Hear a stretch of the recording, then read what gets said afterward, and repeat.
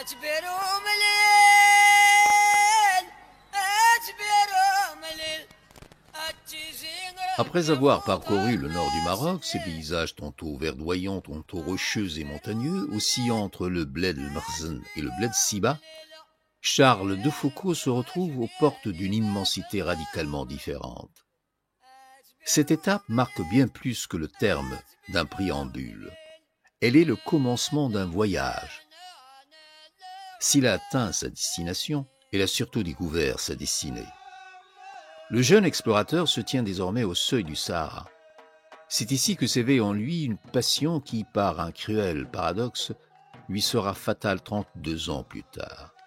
Ce qui captive de Foucauld, c'est la puissance des contrastes, la fertilité des oasis assiégées par l'aridité du désert, la quiétude fragile au cœur des guerres tribales interminables et une diversité humaine qui défait toute monotonie.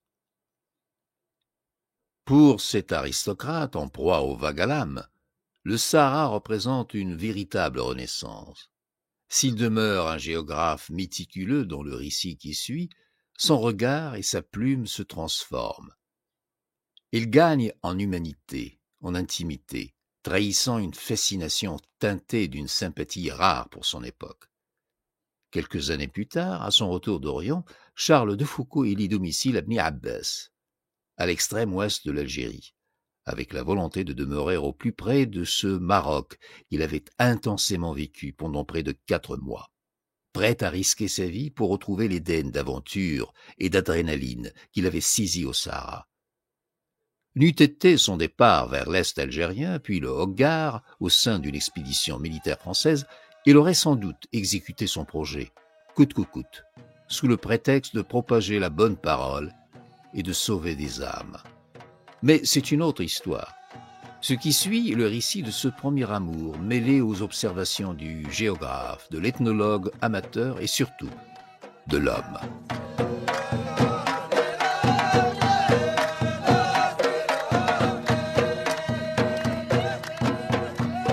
« 5. Séjour dans le Sahara. Premièrement, Tessint. En arrivant à Tessint, une région nouvelle a commencé pour moi. Ciel, production, habitants, costumes, tout y diffère de ce que j'ai vu avant ce jour. Jusqu'ici, j'étais dans un pays montagneux. Il avait le climat et les produits du sud de l'Europe. Les habitants étaient des Shlaha, presque tous vêtus de laine blanche. Ce pays, le Bani en est la limite. Lorsque, après l'avoir traversé, on entre à Tessint, on met le pied dans un monde nouveau. Et si, pour la première fois, l'œil se porte vers le midi sans rencontrer une seule montagne. La région au sud du Bani est une immense plaine, tantôt blanche, tantôt brune, étendant à perte de vue ses solitudes pierreuses. Une raie d'azur la borne à l'horizon et la sépare du ciel. C'est le talus de la rive gauche du Dra. Au-delà commence le Hmada. Cette plaine brûlée n'a d'autre végétation que quelques gommiers rabougris, d'autres reliefs que d'étroites chaînes de collines rocheuses, entrecoupées, s'y tordant comme des tronçons de serpents. À côté du désert morne sont les oasis, avec leur végétation admirable, leurs forêts de palmiers toujours verts, leurs ksars pleins de bien-être et de richesse. Travaillant dans les jardins, étendus nonchalamment à l'ombre des murs, accroupis aux portes des maisons, causant et fumant, on voit une population nombreuse d'hommes au visage noir, haratn, de couleur très foncée. Leurs vêtements me frappent d'abord. Tous sont vêtus de cotonnade indigo, étoffe du Soudan. Je suis dans un nouveau climat, point d'hiver. On sème en décembre, on récolte en mars. L'air n'est jamais froid. Au-dessus de ma tête, un ciel toujours bleu, où jamais ne flotte une nue, s'étale, implacablement pur. Note de la rédaction. L'auteur cite ici 2 vers tirés d'un quatrain du poème de Théophile Gautier intitulé « L'obélisque de Luxor ». Fin de note. Tessint est une des plus grandes oasis du Sahara marocain. Elle est située au fond d'une cuvette dont les bords sont d'une part le Bani, de l'autre une ceinture de collines, rocheuses au sud, sablonneuses à l'est et à l'ouest. Au milieu de ce cercle s'étend une plaine de sable blanc. Là se trouve l'Oasis, forêt de palmiers traversée par une belle rivière avec Sar s'élevant à la lisière des plantations. L'Oued Tessint a en toute saison beaucoup d'eau. Cette eau est salée. Les habitants boivent de préférence celle qui provient de pluie et qui se conserve en quelques creux de rochers des environs. Ils n'ont pas de citerne. La rivière enferme beaucoup de poissons. On en pêche qui ont 40 centimètres de longueur. Ces poissons, cette onde abondante et amère, donnent lieu à 1000 légendes. Les gens du pays ne doutent pas que l'Oued Tessint ne tire ses eaux de la mer. Leur opinion tient à une croyance répandue dans les campagnes du Maroc. Les fleuves, les ruisseaux, les sources qui coulent à la surface du globe ont deux origines principales. Les uns, d'eau douce, viennent des nuages du ciel, dont la substance s'emmagasine dans la terre. Les autres, salés, sont produits par l'onde marine qui s'infiltre sous le sol. Il y a aussi des lits qui ne s'emplissent que durant les pluies. Pour ceux-ci, point d'hésitation sur la cause qui les forme. Enfin, on voit des cours d'eau d'une quatrième sorte, les plus mystérieux. Ils coulent l'année entière, qu'il pleuve ou non, sans qu'on leur connaisse de source. Ils ne viennent ni de la terre, ni de la mer, ni du ciel, mais de Dieu seul. L'Oued Tessint passe au milieu des dattiers. Il croît sur ses bords même et embrage ses flots. Le lit de la rivière, presque partout rocheux, est au niveau des plantations et sans berge. Il a 100 à 120 mètres de large, dont le quart est couvert par la nappe liquide, d'ordinaire divisée en plusieurs bras. Au-dessus de l'Oasis, le volume des eaux est plus considérable. À l'entrée de la forêt, en face d'Agadir Tessint, un barrage les arrête. Il se forme à ce point un réservoir long et profond, d'où part une foule innombrable de conduits qui vont arroser chaque clos. Dans diverses oasis que je verrai au Maroc, aucune n'est comparable à Tessint pour la quantité des eaux courantes. À chaque pas, on traverse des canaux, dont plusieurs ont jusqu'à 2 mètres de large et 40 ou 50 centimètres de profondeur. Le sol de l'oasis est au sable. Les palmiers qui le couvrent sont plantés très serrés. Des murs de pisé les divisent en une infinité d'enclos. Peu d'autres arbres s'y mêlent. De loin en loin, on aperçoit quelques figuiers. Point de culture à l'ombre des dattiers. On réserve toute l'eau pour l'irrigation de cet arbre précieux.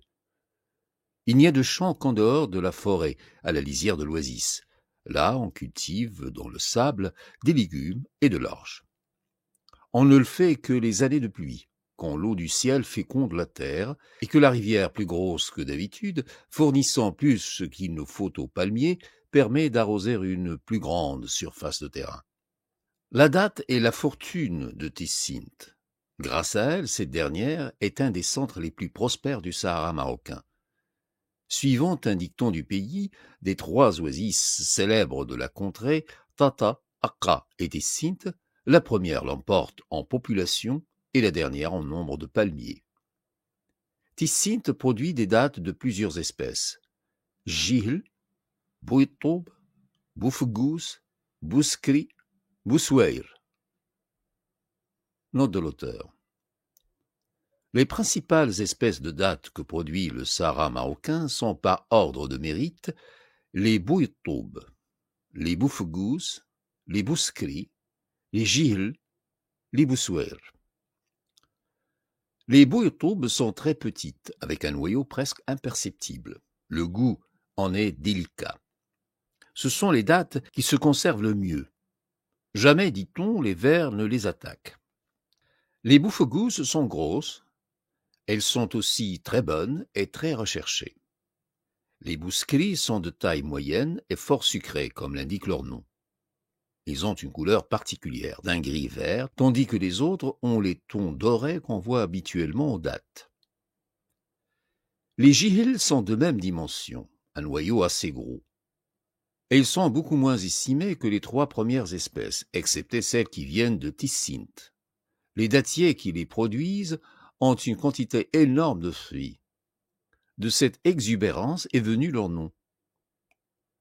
Les Bouswayers sont forts au-dessous des dates précédentes. Elles sont petites et ont peu de chair. On les mange à peine. Elles servent surtout à la nourriture des bestiaux. Le nom de Bouswayers s'applique d'ailleurs, dans tout le sud, moins à une date spéciale qu'à toute date de rebut, de mauvaise qualité et non parvenue à maturité, et peu propre à l'alimentation des hommes. Ces diverses espèces sont mélangées dans les oasis. Dans toutes, une d'elles domine. À Tissint, ce sont les jihl. À Tata, ce sont les bouffegous. À Akka, les bouskris. Sur le versant méridional du Petit Atlas, les bouswayers. Dans le Dra, les bouffegous. Dans le bassin du Ziz, les bouffegous et les bouswayers. Fin de note. Les jihl y dominent de beaucoup à Tissint. Elles y sont très bonnes, tandis qu'ailleurs, elles sont d'ordinaire médiocres. Les Rsal de Tissint sont au nombre de 5. Agadir, 500 familles. Ait Wiran, Teznout, Zaouia, Boumoussi. Agadir, Tissint, et Boumoussi sont les deux principaux. En temps de guerre, tout Tissint enferme ses biens entre leurs murs. Boumoussi et Zaouia sont habités presque exclusivement par des marabouts. À Boumoussi se trouve la Zaouia de Sidi Ali ou Abdelrahman, dont l'influence est grande sur les Oulad Yahya. À Zaouia, celle de Sidi Abdullah Hind, avec le tombeau de ce saint et celui de son fils, Sidi Mohammed Ouboubkr. Cette dernière est très vénérée d'une partie des Brabers. De tout le voisinage, on vient visiter les mausolées des trois bienheureux et apporter des offrandes à leurs descendants. Il y a d'autres Qouba à Tissint. Telle est celle de Moulay Ismaïl en face d'Agadir. Tant de saints morts et vivants prouvent une population pieuse.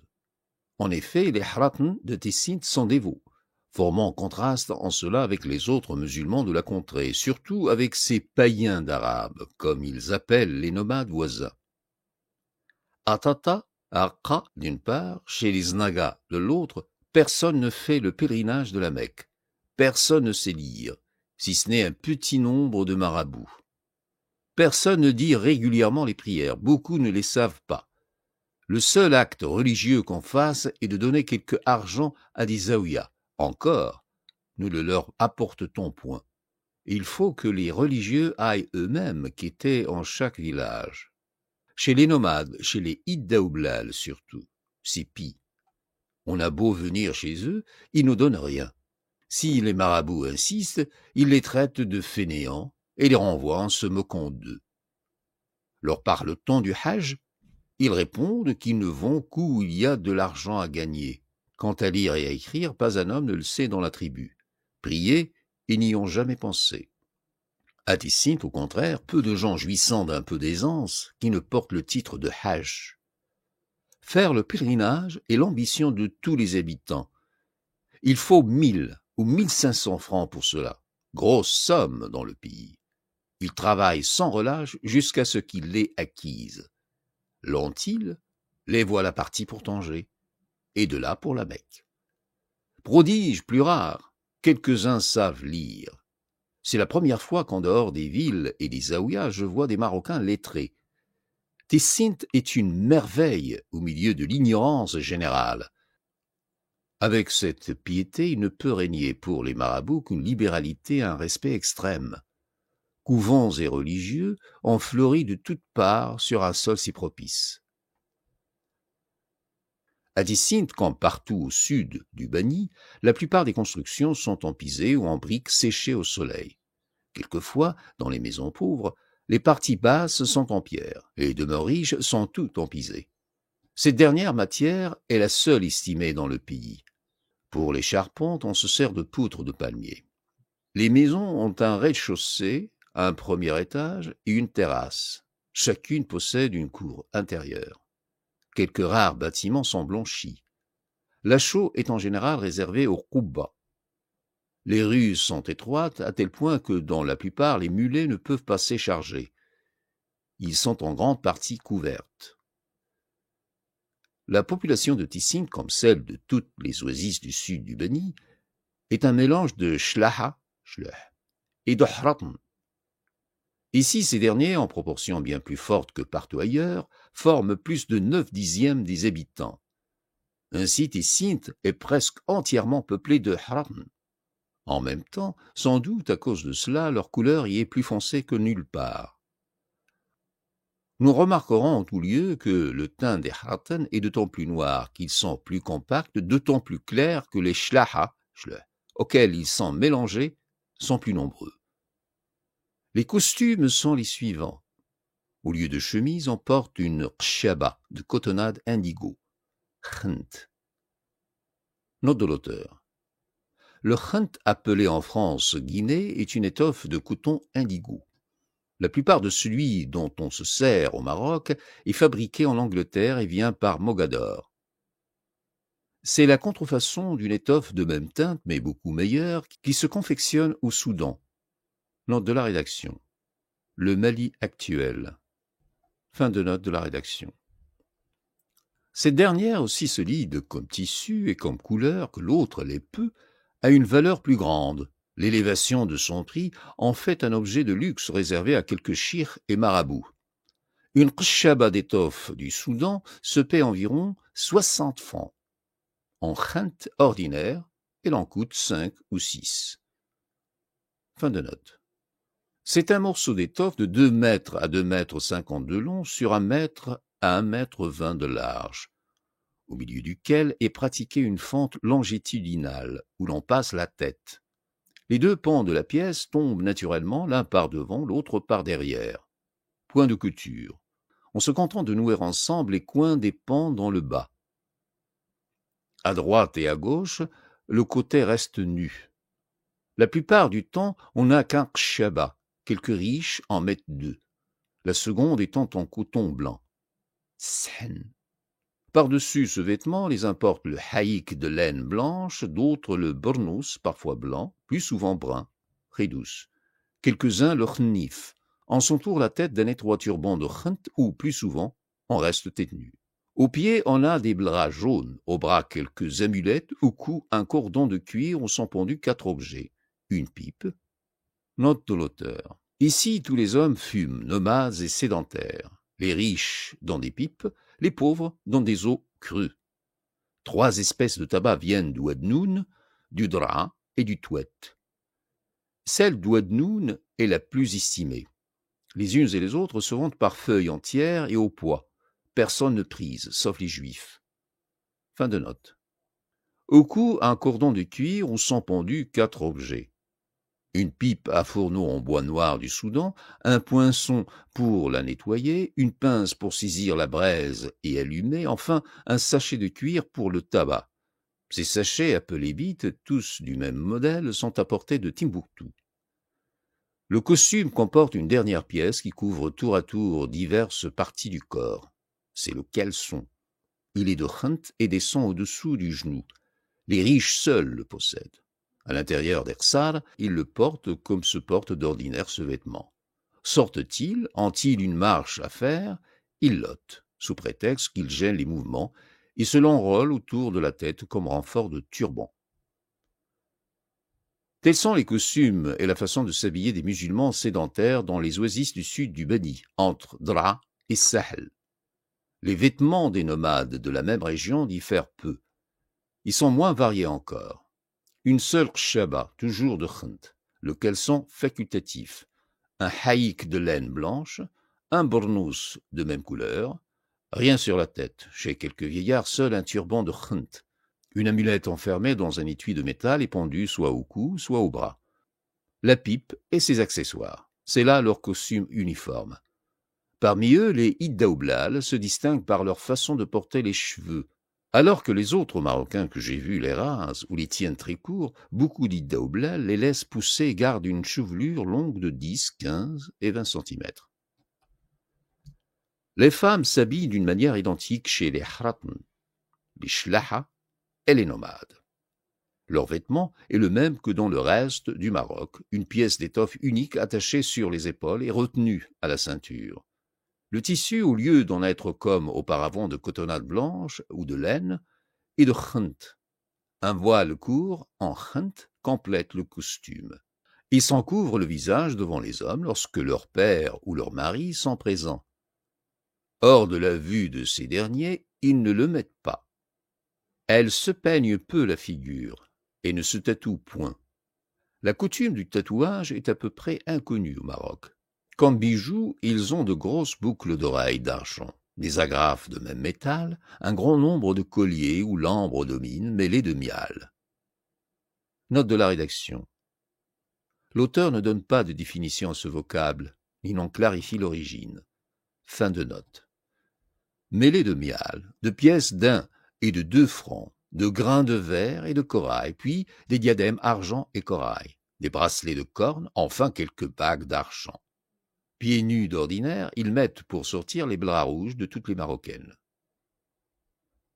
Parmi les hommes de cette région, les shlaha et les hratn sont en général de taille moyenne, bien faits, forts, lestes et laids de figure.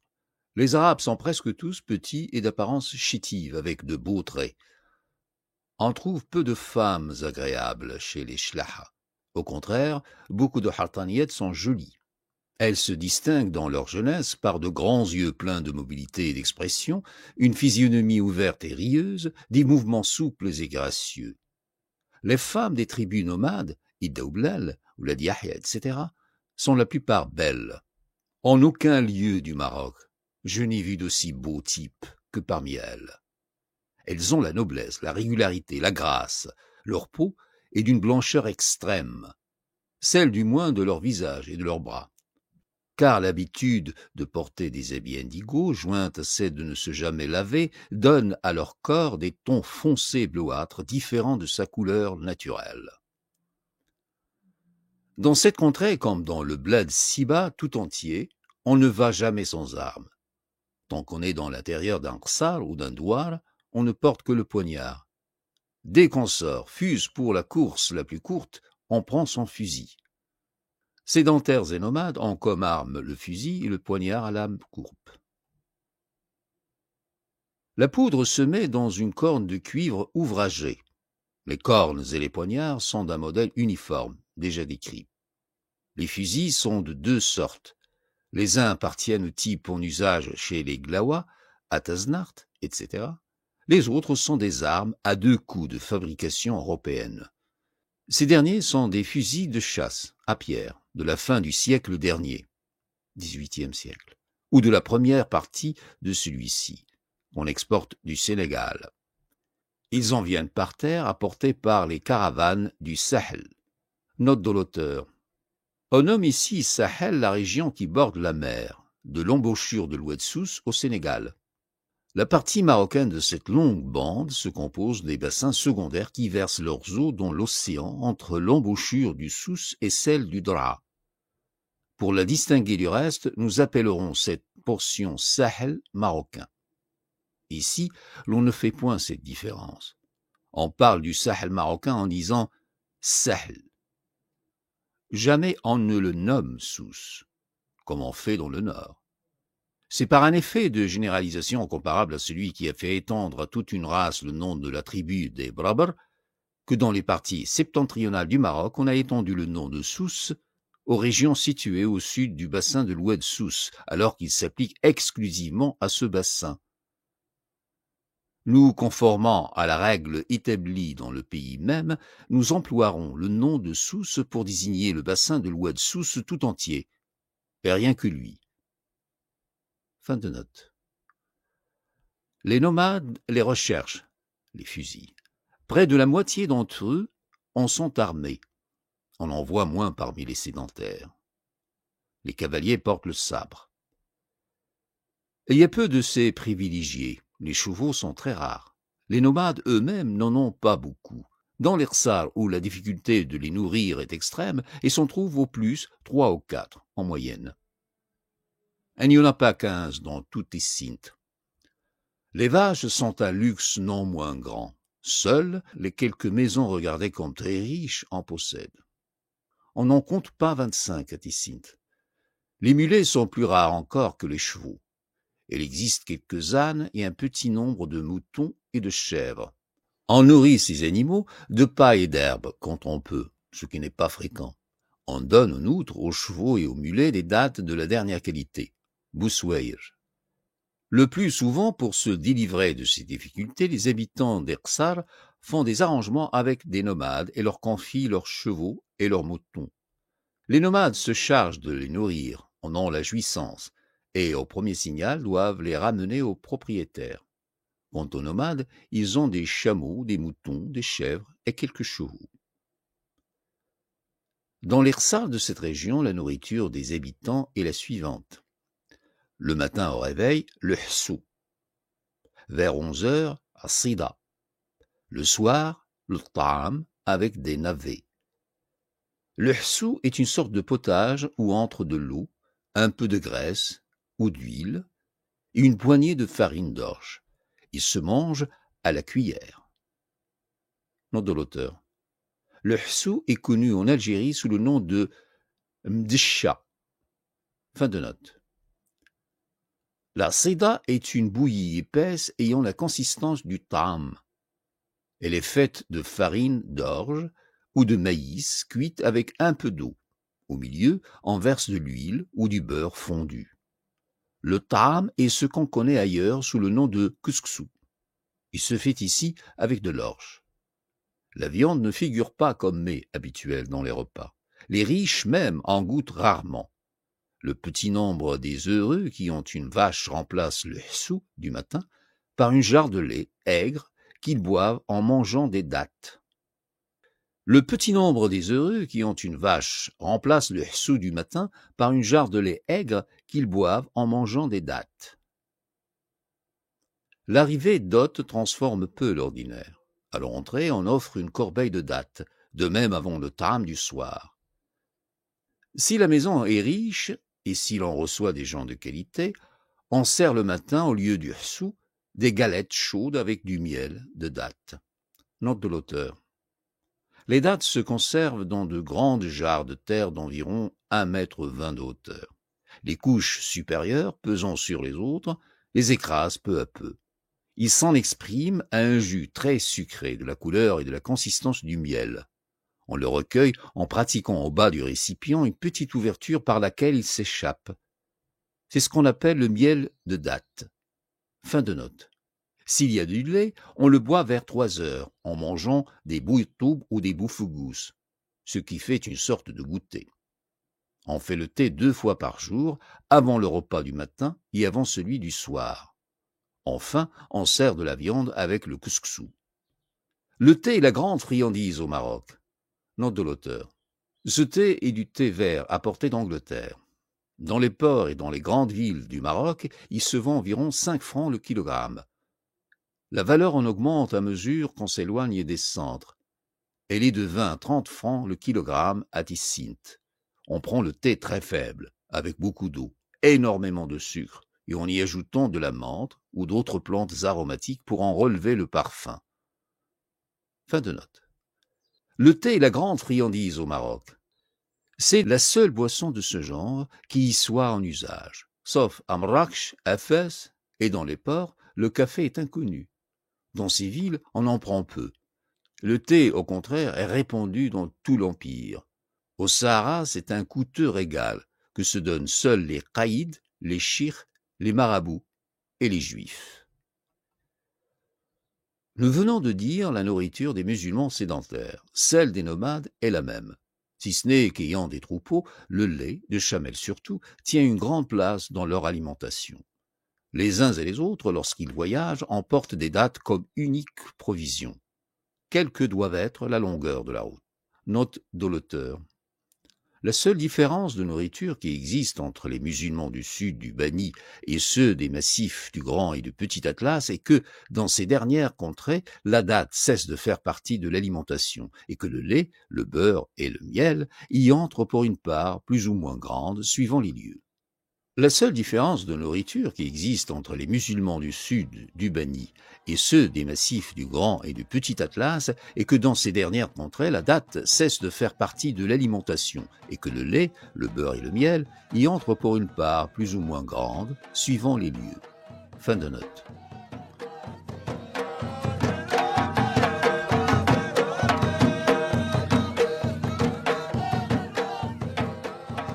Tessint est le centre d'un commerce considérable. Elle trafique avec Marrakech-Mogador, le Souss.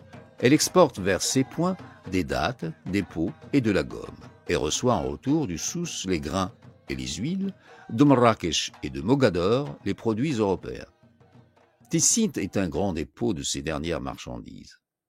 Agadir-Tessint surtout, où s'est concentré le commerce de l'Oasis et où il y a marché chaque jour, les shlaha voisins et les nomades des environs, Id Daoublal, Oulad Yahya et Braber, viennent s'y approvisionner de dattes d'abord, puis de grains, d'huile et de choses d'Europe telles que khant, sucre, thé, aiguille. Tous les principaux habitants d'Agadir, Tessint, se livrent au commerce. Ils ont leur fortune, qui, chez les plus riches, s'élève à 8000 francs, composée d'une partie de dattier. À Tessint, un bon dattier vaut 10 francs. De l'autre, d'une somme d'argent qu'ils emploient au trafic. Faisant eux-mêmes les transactions principales, ils ne s'occupent pas du détail de la vente. Pour ce service, chacun a chez soi un juif à gage qui du matin au soir ne fait que débiter les marchandises. Il y a ainsi une dizaine d'Israélites à Agadir, Tessint. Point de Mellah. Ces juifs sont seuls, sans leur famille, y habitent chez leur patron. Les uns sont de Tata et de Akka, les autres des Znaga. Un ou deux d'entre eux font en même temps le métier d'orfèvre, spécialité des Juifs du Maroc, surtout au sud de la classe. Un ou deux d'entre eux font en même temps le métier d'orfèvre, spécialité des Juifs du Maroc, surtout au sud de la classe. Agadir, Tessint, a ce qui caractérise les marchés. L'on y abat chaque jour et l'on y vend à toute heure de la viande au détail et du pain chaud. Le marché d'Agadir est le seul de Tessint. Naguère, outre ceux qui s'y rencontrent aujourd'hui, les produits du Soudan y affluaient. Cuir, étoffe, bougies de cire jaune, or, y venaient de Timbuktu en abondance. À présent, plus de vestiges de ce commerce. C'est par hasard et de loin en loin qu'on voit quelque objet du pays des Noirs. Il en est de même à Tata et à Akka. Autrefois, avant que Tindouf existât, ces oasis étaient des points d'arrivée de caravanes du Soudan. Depuis 30 ans que Tindouf est fondé, tous les convois du Sud s'arrêtent à cette localité. De là, les marchandises prennent le chemin direct de Mogador par le Sahel et le Shtouka. Plus rien ne passe ni à Tessint, ni à Tata, ni à Akka. Il faut aller à Tizounine pour commencer à trouver des produits de la négricie. À partir d'ici, tout le monde connaît de nom le Soudan et Timbuktu. Et l'on rencontre parmi les nomades une certaine quantité de gens y ayant été, mais un grand nombre au courant de son trafic, de ses usages et de son état.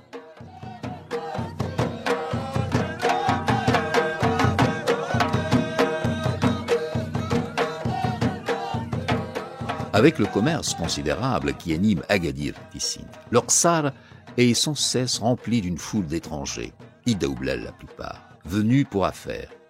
C'est pourquoi nous avons décrit dès à présent la physionomie des Arabes.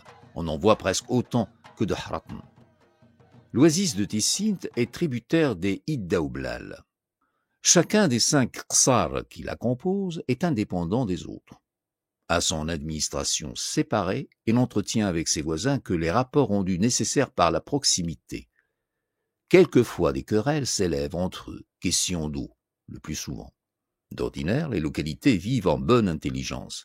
Le danger commun les a toujours réunis.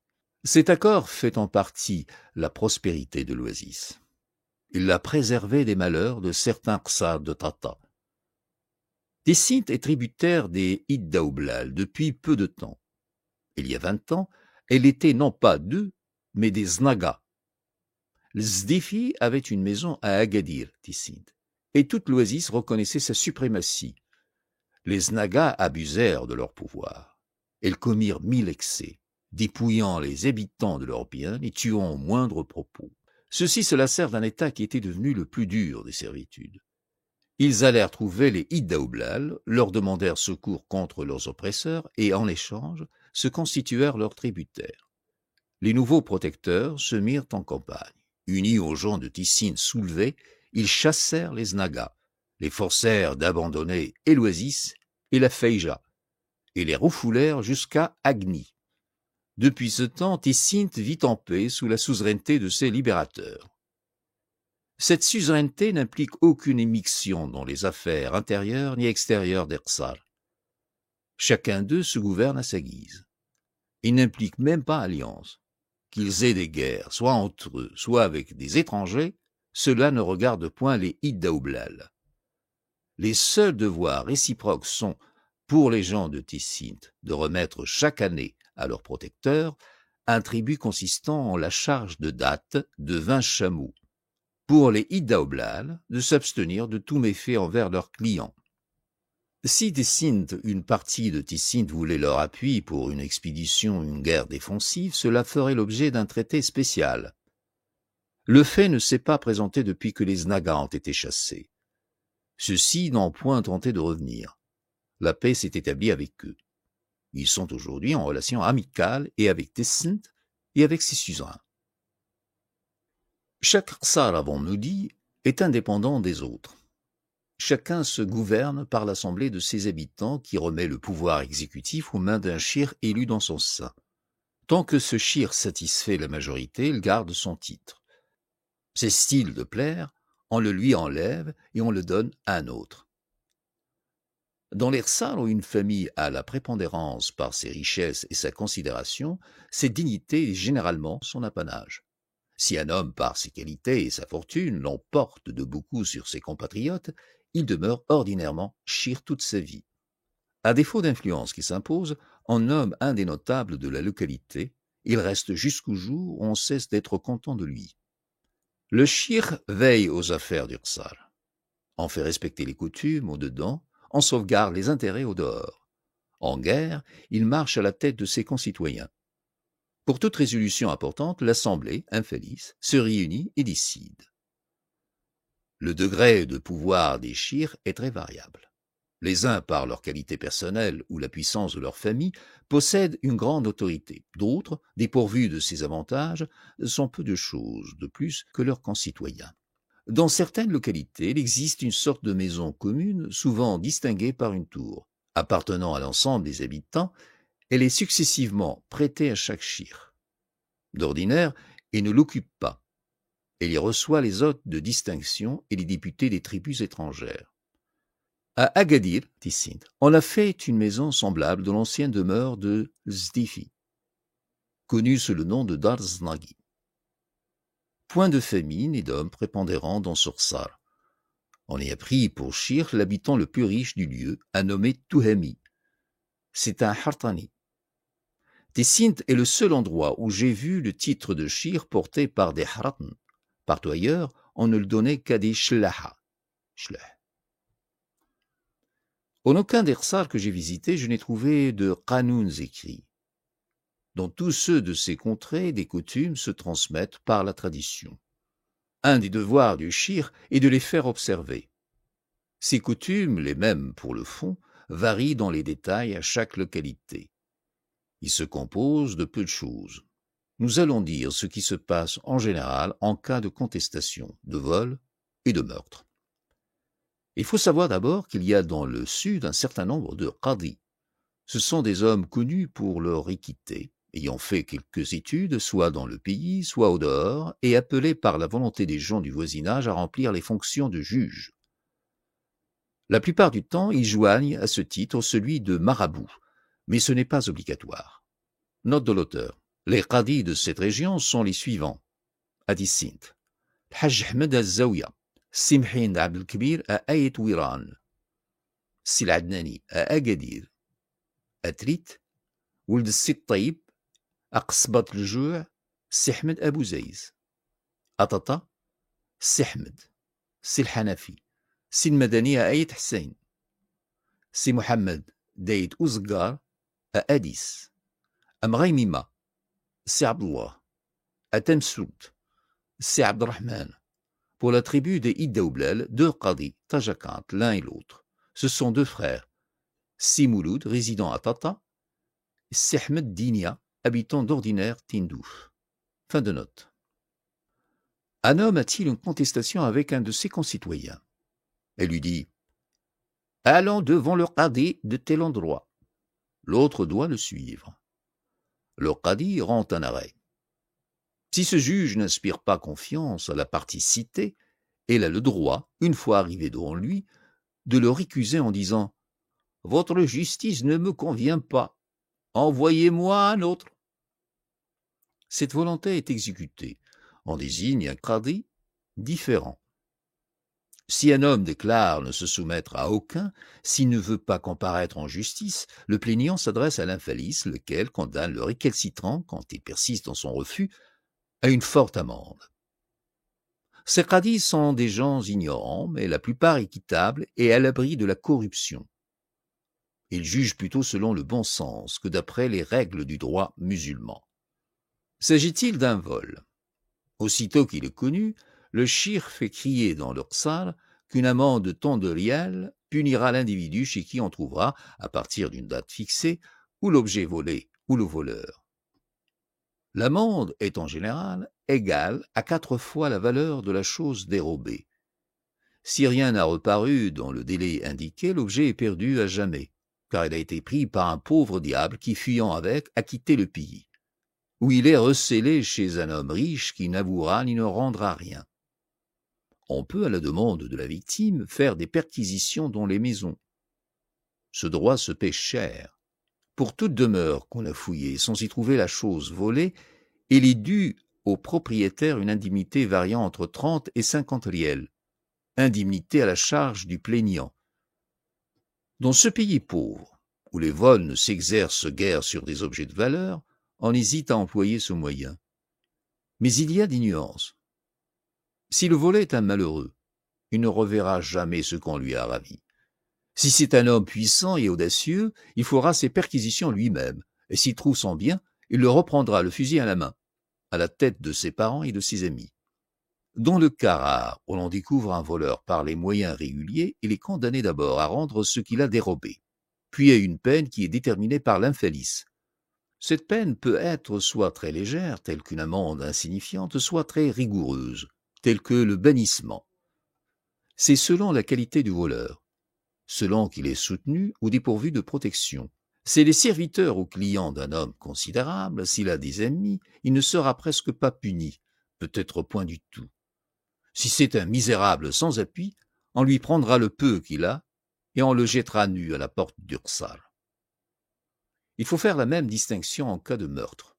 Si un homme riche, audacieux, redouté tue un malheureux, il se bornera à payer le prix du sang, somme minime qui varie suivant les endroits. S'il est très puissant, il ne le paiera même pas. Qui oserait le lui réclamer? Ces sortes de meurtres sont fréquents. Les autres sont rares. Ils entraînent toujours les résultats les plus graves. Un homme tue-t-il son égal, les parents du mort le vengent aussitôt. L'honneur leur défend aucun accommodement. Et ils courent sus au meurtrier. Celui-ci, de son côté, est soutenu par les siens. La guerre s'allume entre les deux familles. Elle gagne bientôt tout leur salle. Quand ces luttes intestines ont duré un certain temps, il se trouve quelquefois un homme assez sage et assez influent pour faire entendre des paroles de conciliation et être écouté. Ou bien la crainte que des voisins ne profitent de cet état produit un rapprochement. Trop souvent, un des factions appelle l'étranger à son aide. L'étranger, c'est le nomade. Alors la ruine est inévitable.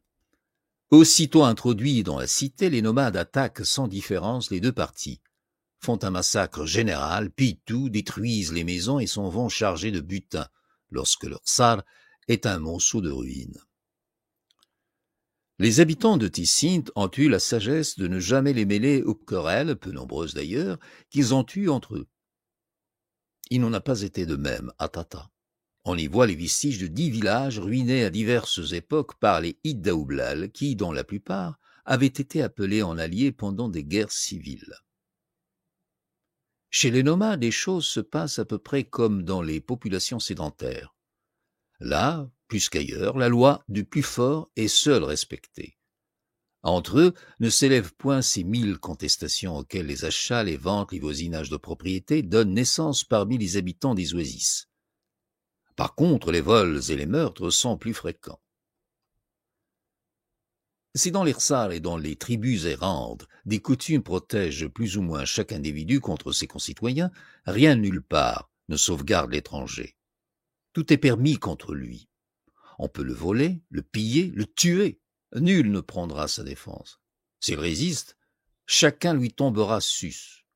Tout commerce, toute relation serait impossible si un usage spécial ne remédiait à cet état. Cet usage, de la plus haute antiquité, qui existe presque partout au Maroc, est ce que les anciens Arabes appelaient « gira ». Note de l'auteur. Voir qu'au sein de Perceval, essai sur l'histoire des Arabes avant l'islamisme, pendant l'époque de Mahomet et jusqu'à la réduction de toutes les tribus sous la loi musulmane. Fin de note. Cet usage est ce que les anciens Arabes appelaient gira et ce qu'on nomme ici dbiha. La dbiha est l'acte par lequel on se place sous la protection perpétuelle d'un homme ou d'une tribu. C'est une anaya prolongée. Prenons un exemple. Un étranger entre dans un rsar ou dans un campement de nomades. Il y est arrivé avec un individu de la localité ou de la tribu, qu'il accompagnait comme ztat, après lui avoir accordé son anaya, aussi appelé mzreg. Nom de l'auteur. Mzreg signifie lance.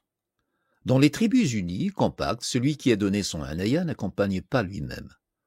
Il fait conduire par un enfant ou se contente de remettre au protégé un objet connu comme sien, dont la présence prouve qu'on est sous sa sauvegarde. Autrefois, on donnait sa lance à celui à qui on accordait son anaya. Les deux mots sont ainsi devenus synonymes. Fin de note. Si l'étranger ne fait que passer, cette protection suffit pour sa sûreté. S'il veut séjourner, elle cesse d'être valable. La naya ou mzrag est une garantie temporaire, créée spécialement pour les voyageurs. Celui qui veut résider quelque temps, ne fût-ce qu'un mois, doit s'en assurer une autre. Il demande à titre perpétuel la protection d'un personnage de la tribu. Cela s'appelle « sacrifier sur lui ». Dbahaleh. Cette expression a pour origine l'ancien usage, qui n'est suivi aujourd'hui qu'en circonstances graves, d'immoler un mouton sur le seuil de l'homme à qui l'on demande son patronage. Si, comme il arrive d'habitude, la personne à qui on s'adresse l'accorde, en fait venir un marabout, et il écrit, séance tenante, un acte certifiant que le nommé un tel a sacrifié sur tel individu de telle tribu, et qu'il est actuellement sous sa protection. Voici les termes dans lesquels se rédigent ces pièces. Je prends pour exemple une de mes dbihas sur les Iddaoublal. Par la volonté de Dieu, le rabbin Youssef el-Jazairi sacrifie sur Haïmed ben Hiyyoun el-Harzlaoui afin que celui-ci le protège contre ses frères les Makrez. Ayant reçu du juif le prix de la dbiha, il devient responsable envers lui de tous les dommages qui lui seraient faits par les Makrez. Il les prend à sa charge et lui restituera ce qu'on lui enlèverait. De son côté, le juif s'engage à payer à Haïmed ben Hiyyoun 10 goudis de cotonnade chaque année. Ces conditions ont été acceptées par les deux parties. Écrit en leur présence le 26 Muharram 1301, le serviteur du Dieu très haut, Ahmed bin Mohammed al-Haddad al-Amrani. Cette protection se paie d'ordinaire, on le voit, d'une légère redevance annuelle. Seuls quelques grands seigneurs se font un point d'honneur de ne rien demander. Il ressort de la teneur de l'acte qu'une fois cette démarche faite, on n'a rien à craindre des concitoyens de son patron. On peut circuler sans péril parmi eux. S'attaquer à vous serait s'attaquer à lui-même. Toutes les lois qui le sauvegardent vous sauvegardent aussi. On est entré sous leur protection par le fait de la dbiha et l'incorpore en quelque sorte à la tribu. Comme à côté des coutumes il y a la loi du plus fort et que celle-ci l'emporte souvent, on a soin de prendre pour patron un homme considérable, d'une famille puissante et surtout d'un caractère fier et intrépide, qui ne soit pas d'humeur à permettre qu'on lèse ses clients. Il faut choisir aussi un homme loyal, car si la dbiha assure contre les concitoyens du protecteur, elle ne garantit pas contre lui. Il est rare qu'un patron trahisse son client. Celui qui le fait devient l'objet du mépris général, et ses frères même ne le soutiendraient pas. Dans toute tribu ou localité où on veut séjourner un certain temps, dans celle où on désire soit acheter des biens, soit établir des dépôts de marchandises, il faut faire une dbiha. Les négociants possesseurs d'un commerce étendu en font un très grand nombre. Dans les tribus nomades, on prend pour protecteurs les chefs des principales familles. Dans les rsar, l'usage est de s'adresser aux shirs. Les actes de dbiha font partie des héritages. Les fils des patrons et ceux des clients restent liés entre eux par les engagements qui unissaient leurs pères. Deux choses seules peuvent annuler une dbiha: la cessation du paiement de la redevance par le client ou la trahison du patron. Fin de note. Telle qu'elle existe entre particuliers, la dbiha existe entre tribus. Pour se mettre sous la protection d'une tribu, il y a deux moyens: sacrifier sur un de ses membres ou sur la tribu entière. Chaque individu étant solidaire de ses frères, les deux actes ont un résultat identique. D'ordinaire, les particuliers et les petits groupes, tels que les rsars isolés, se mettent sous la protection d'un seul personnage. Au contraire, les districts, les grandes fractions font les dbiha sur les tribus entières. Ainsi, le district de Dessint est vassal de l'ensemble des Iddaoublal, tandis qu'à Tata, chaque rsar, isolé, a pour patron un membre de cette tribu. Note de l'auteur. Nous exprimerons la plupart du temps les rapports résultant de l'acte de la dbiha soit par les mots de vassal et de suzerain, soit par ceux de client et de patron. Nous emploierons aussi quelquefois le mot de tributaire. Fin de note. La tribu des Aïdjlal s'est déclarée client de la masse des Iddaoublal, et ceux-ci, à leur tour, se sont constitués tributaires de l'ensemble des Brabr. Ces liens, encore que nous nous servions parfois des mots de suzeraineté et de vassalage pour les désigner, n'impliquent, nous le répétons, aucune émiction dans les affaires, aucune suprématie. Les actes de dbiha ne font que garantir, dans l'étendue de la tribu qui patronne, la sûreté des membres de la tribu cliente. Les Aïdjlal étant vassaux des Iddaoublal, ceux-ci devront respecter en tout lieu les personnes et les biens des premiers qui pourront voyager en sécurité sur leurs terres. Les Iddaoublal, grâce à leur dbiha sur les Brabr, pourront circuler sans péril dans les régions habitées par ces derniers. Si par erreur des marchandises de tribus clientes sont pillées par les patrons, ou réciproquement, on devra rendre ce qui a été pris dès qu'on apercevra la faute commise. Ce sont surtout, d'une part, les populations commerçantes dont les caravanes ont à traverser les territoires ou à craindre les roues de tribus étrangères, de l'autre les districts faibles enclavés dont les contrées parcourues par des voisins puissants qui ont besoin de ces dbiha. La garantie qu'ils procurent se paie par une redevance annuelle plus ou moins forte suivant l'importance de la fraction cliente et l'étendue de ses relations avec ses patrons. Certaines tribus, comme certains individus, ont à la fois plusieurs suzerains différents. Les dbiha rendent possible le commerce et les voyages, et les rendraient faciles et leur enlèveraient tout risque si elles étaient respectées. Souvent, elles ne le sont pas. Entre particuliers, on les viole rarement. Entre tribus, on a moins de scrupules. Voici les cas d'infraction les plus fréquents. Le client d'un particulier peut être tué ou pillé par des concitoyens de son patron. Si les meurtriers ou les ravisseurs ont agi par ignorance, s'ils témoignent leur regret et proposent de payer le prix du sang et de rendre ce qu'ils ont pris, on accepte généralement ces offres. Et les choses en restent là.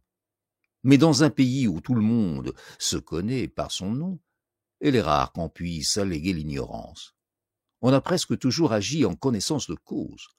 L'agression constitue donc un outrage personnel au patron de la victime. Son honneur est engagé à en tirer sans retard une vengeance éclatante, et il réunit tous ses parents, ce qui peut s'étendre loin, et les prie de l'aider dans ses représailles. S'il est puissant, il entraîne à sa suite une grande partie de la tribu. Au premier jour, il attaque et tue ceux qui l'ont outragé. Ces nouveaux morts demandent vengeance à leur tour. Riches ou pauvres, considérés ou non, leurs proches, la fraction à laquelle ils appartiennent, ne peuvent sans honte laisser leur meurtre impuni. On prend les armes. Une guerre civile éclate, la tribu entière ne tarde pas à y prendre part. Ces guerres courtes, dont les rsar, durent des années parmi les nomades et s'allument surtout chez eux. Nous avons choisi le cas d'un notable ayant à se venger de gens moins puissants. Si le patron enfoncé était assez fort pour réunir autour de lui presque toute la tribu, il châtierait de même les auteurs de l'attentat. mais les parents de ces derniers n'oseraient entrer en lutte contre lui. Ils se borneraient à demander une indemnité qu'on leur accorderait sans doute. Ou bien ils temporiseraient, épiant l'occasion de laver leur honneur, en faisant tomber dans un guet-apens leur ennemi ou l'un des siens. Le jour venu, ils feraient le coup et émigreraient de peur des représailles. Un troisième cas se présente, le plus fréquent. On peut s'être attaqué au client d'un homme faible. Si la fraction de ce dernier est très unie, si les auteurs de l'agression sont mal vus, elle considère l'insulte comme sienne et tout entière embrasse sa cause. On rentre dans le premier cas.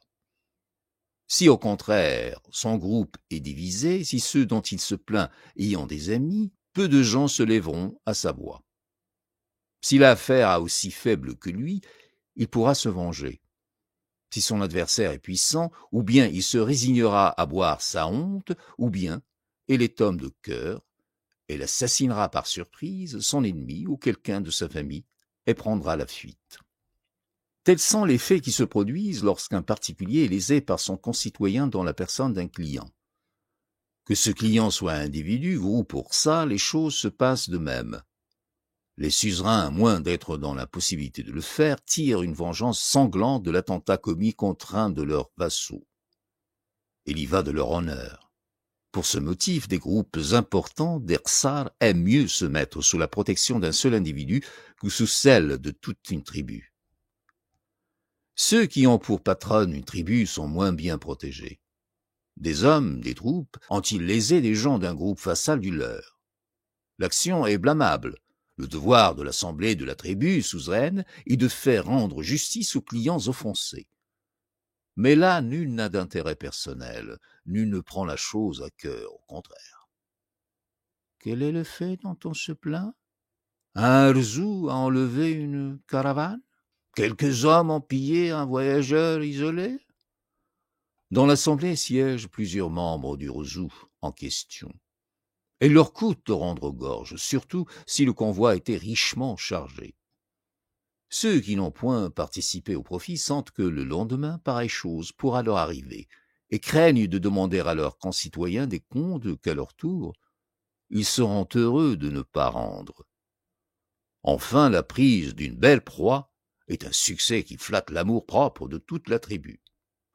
Quand la fraction plaignante est puissante, qu'on a des représailles graves à craindre, il faut s'exécuter. Mais on traîne les choses en longueur. On cherche 1000 prétextes pour restituer moins qu'on a pris. On donne aussi peu que possible. Si la tribu lésée est faible, éloignée, qu'on n'ait pas de vengeance à redouter, l'on ne rend qu'au bout de longtemps, et presque rien. Aussi, les gens de fraction cliente, en voyage sur le territoire de leur patron, se font souvent accompagner par précaution de l'un d'eux, comme Stat. Lorsque de deux tribus unies par un acte de dbiha, note de l'auteur, souvent, c'est la tribu vassale qui lèse les suzerains. Ceux-ci s'empressent de réclamer, les choses se passent toujours de même manière. On ne cède qu'à la crainte. Fin de note. Lorsque, de deux tribus unies par un acte de dbiha, l'une met trop de mauvaise volonté à remplir ses engagements, le pacte se rompt et une guerre s'ensuit. Elle peut avoir lieu entre sédentaires et nomades, ou entre nomades. Dans le premier cas, les nomades se réunissent en masse, marchent sur l'Ersa, les assiègent et dévastent les jardins. À moins que les habitants n'appellent d'autres nomades à leur secours, ils sont obligés, s'ils ne veulent voir détruire leur cité, de demander grâce et d'acheter la paix par une rançon. Entre nomades, la guerre est différente. Guerre peu active, toute de surprise. Rarement il y a de vrais engagements. On se borne à des razzias mutuelles. On tâche de tomber à l'improviste sur les tentes, sur les troupeaux de ses adversaires, cherchant le butin et non le combat. Ces guerres-là durent souvent pendant plusieurs générations. Lorsque dans un ksar ou une tribu, on vole, on pille, ou on tue des membres d'une fraction limitrophe et qu'on refuse tout dédommagement, la guerre en résulte. Cela ne peut être lorsque les lésés appartiennent à des tribus lointaines. Entre groupes éloignés, un usage est universel, celui des représailles. Prenons des exemples. Un individu du Rsar d'Immentels a été tué par des hommes d'Agadir Tissint. Le premier habitant d'Agadir qui tombera entre les mains des gens d'Immentels sera mis à mort. Un Znagi, étant à Agadir Tissint, a été dupé dans un marché par un homme du Rsar, et l'Infalis a refusé de lui rendre justice. Le premier individu d'Agadir qui entrera sur le territoire des Znagas sera arrêté. On ne le laissera partir qu'après qu'il aura donné une somme égale à celle dont ses compatriotes ont fait tort aux Znagis. S'il ne l'a pas avec lui, il devra la faire chercher et restera prisonnier jusqu'à paiement complet. Ainsi du reste. C'est la loi du talion. Chacun reprend dès que l'occasion s'en présente ce dont il a été frustré.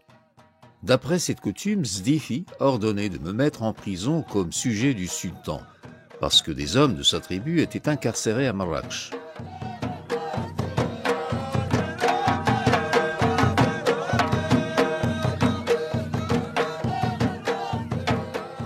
Les habitants de Tissint et tous les sédentaires de la région emploient la langue tamazirt.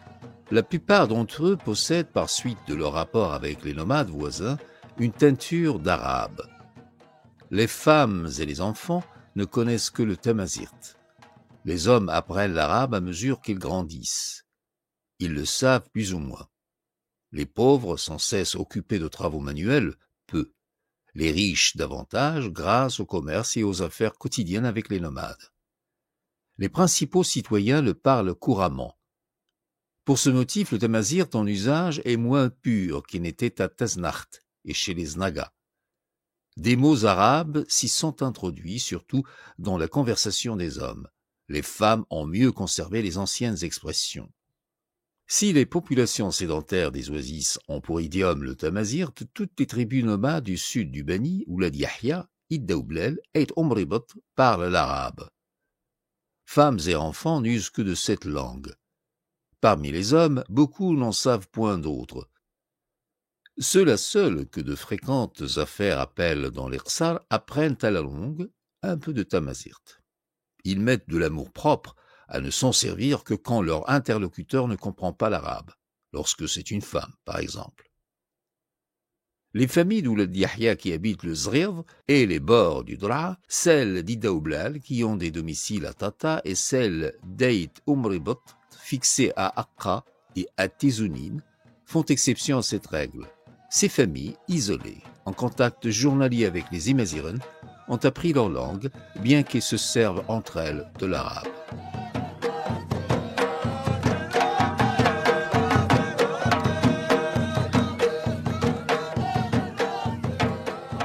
Nous nous sommes occupés à plusieurs reprises de la langue, des usages, des coutumes des Marocains. Nous n'avons pas dit un mot de leur caractère. C'est qu'il nous paraît difficile d'être exact sur ce sujet. Quelle qualité, quel défaut attribuer à un ensemble de tant d'hommes dont chacun est différent des autres et de soi-même? S'efforce-t-on de démêler des traits généraux? Lorsqu'on en croit reconnaître, une foule d'exemples contradictoires surgissent. Si l'on veut rester vrai, il faut se restreindre à des caractères peu nombreux, ou dire des choses si générales qu'ils s'appliquent non seulement à un peuple, mais à une grande partie du genre humain. Partout, même mélange de qualités et de défauts, avec les modifications qu'apportent la civilisation ou la barbarie, la richesse ou la pauvreté, la liberté ou la servitude. Il me paraît difficile de reconnaître aujourd'hui à ceux qu'Ibn Khaldoun appelle Brabar le bouquet de vertus dont il les orne. Si une chose peut donner l'idée du caractère des Marocains, ce sont les ouvrages où a été décrit celui des Kabyles ou d'autres populations imaziran de l'Algérie.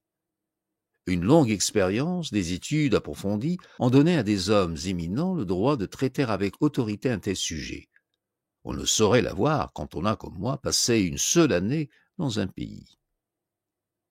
Aussi n'entreprendrai-je point de dire ce que sont et ne sont pas les Marocains. Je me bornerai à signaler quelques traits isolés qui m'ont frappé et que j'ai retrouvés en beaucoup de lieux ou remarqués dans certains groupes. Je le ferai en déclarant que je n'ai rien à dire entièrement, simplement et solidement, sans confusion et sans mélange, ni en un mot. Note de la rédaction. L'auteur cite ici Montaigne, Essai, tome 2, livre 1er, 319c. Fin de note. Presque partout règne une cupidité extrême, et comme compagnons le vol et le mensonge sous toutes leurs formes. En général, le brigandage, l'attaque à main armée sont considérés comme des actions honorables. Les mœurs sont dissolues. La condition de la femme est au Maroc ce qu'elle est en Algérie.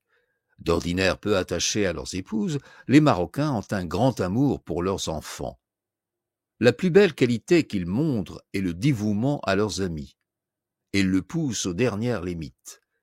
Ce noble sentiment fait faire chaque jour les plus belles actions. En bled si-bas, pas un homme qui n'ait bien des fois risqué sa vie pour des compagnons, pour des hôtes de quelques heures. La générosité, se traduisant surtout par l'hospitalité, n'est l'apanage particulier d'aucun groupe. Les nomades ont l'habitude de taxer les shlahas d'avarice. Ces derniers accusent les hratn du même vice.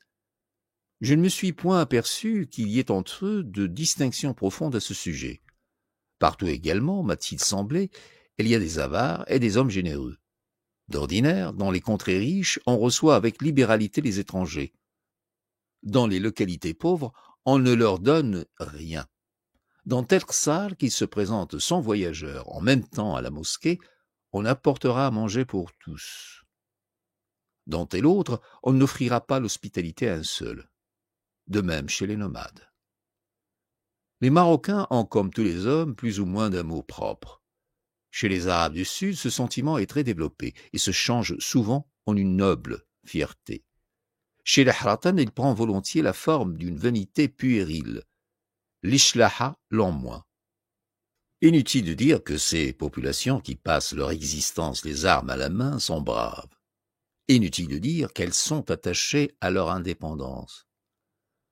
La plupart l'ont conquise et la défendent chaque jour au péril de leur vie, soit contre le sultan, soit contre leurs voisins. Les tribus du Bled el-Mkhzen elles-mêmes ne font que se révolter. Je n'ai pu juger avec mes yeux de la valeur guerrière des divers habitants du Maroc. Il est admis dans le pays que les peuplades les plus braves et les plus aguerries sont les grandes tribus nomades du sud et de l'est du Grand Atlas.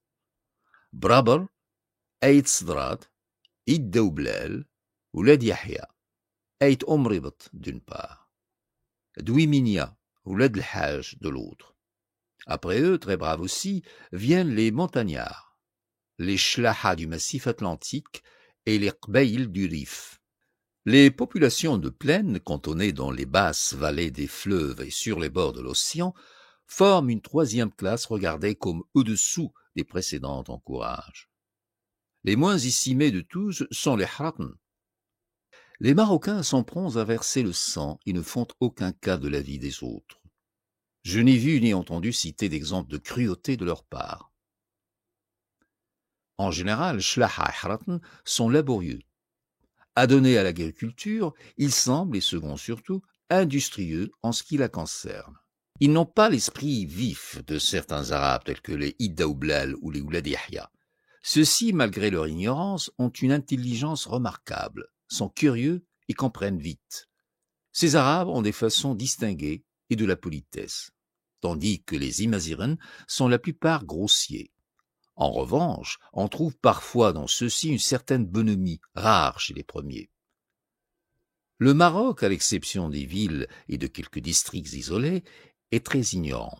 Presque partout, on est superstitieux et on accorde un respect et une confiance sans borne à des marabouts locaux dont l'influence s'étend à une distance variable. Nulle part, sauf dans les villes et districts, excepté plus haut, on ne remplit d'une manière habituelle les devoirs religieux, même en ce qui concerne les pratiques extérieures. Il y a des mosquées dans Toursar, village ou douar important. Elles sont plus fréquentées par les voyageurs pauvres, à qui elles servent d'abri, que par les habitants. Avant de quitter Tissint, disons qu'auprès des 5 sars actuels s'en trouvent 4 autres ruinés, 3 au sommet du Jbel Taimzour et 1 à l'extrémité sud de Foum Tissint, traversé par le chemin. On ne sait de quelle époque date leur destruction. De mémoire d'homme, on les a vus ce qu'ils sont aujourd'hui. Leur fondation est attribuée aux chrétiens.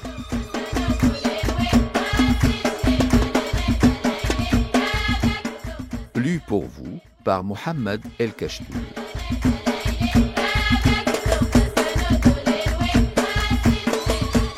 Ainsi s'achève cette étape du voyage. Mais pour Charles de Foucauld, ce n'est que le début d'une passion brûlante pour le Maroc et le Sahara. Un attachement si fort qu'il le ramènera des années plus tard aux confins du désert algérien, toujours dans l'espoir de retrouver l'émotion de ses premiers mois d'exploration. Dans ce récit, l'aventurier n'est pas seulement un observateur, il devient un témoin d'un monde complexe, à la fois rude et accueillant, mystérieux et familier. C'est cette première reconnaissance qui fera naître en lui une histoire intime avec le désert, une histoire qui, comme nous le verrons, ne s'arrêtera jamais vraiment. Alors, restons ensemble pour la suite de cette aventure.